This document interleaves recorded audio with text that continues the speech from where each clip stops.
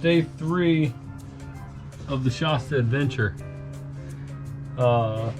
Inside is torn out. I'm gonna strip the roof down and support it, and then just want to make sure everything's good and it's not going to collapse on me. And then I'm going to strip the walls down, and then I'm going to start fixing all this rotted wood out.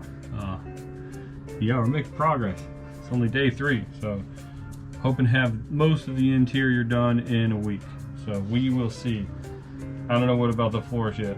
I want to do the walls first, and then I'm going to do the floors. And I don't want to skin this thing. We'll see how that works out. But here we go.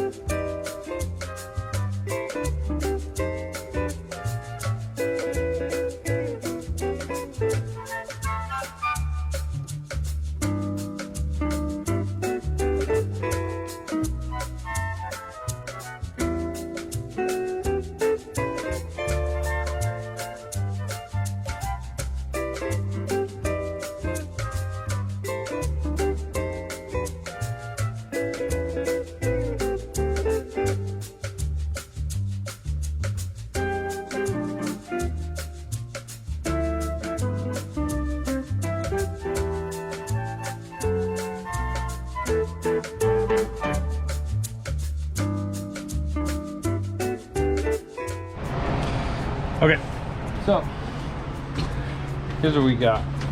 It's all rotted in the corners. I knew it would be. This is like powder at this point, you know. I knew it would be though.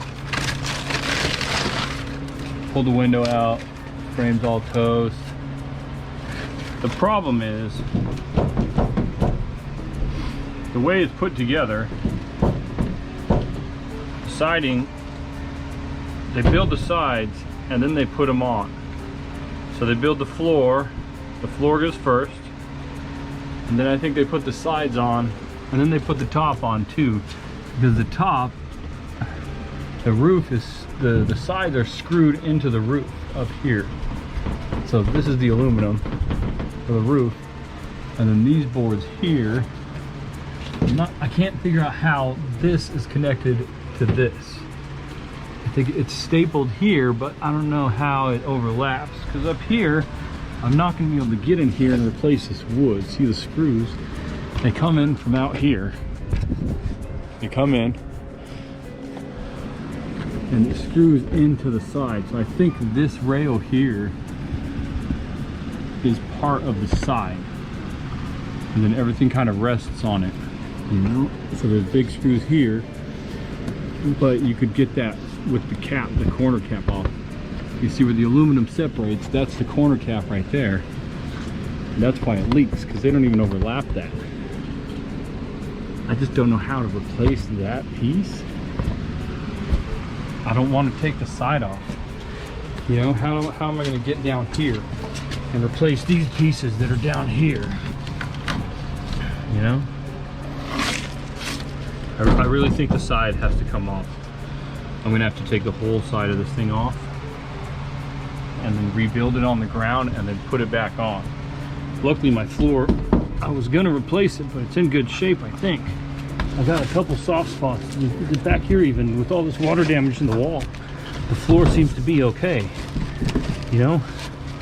So I think the floor is okay. I do have a soft spot up there, but I can replace just that.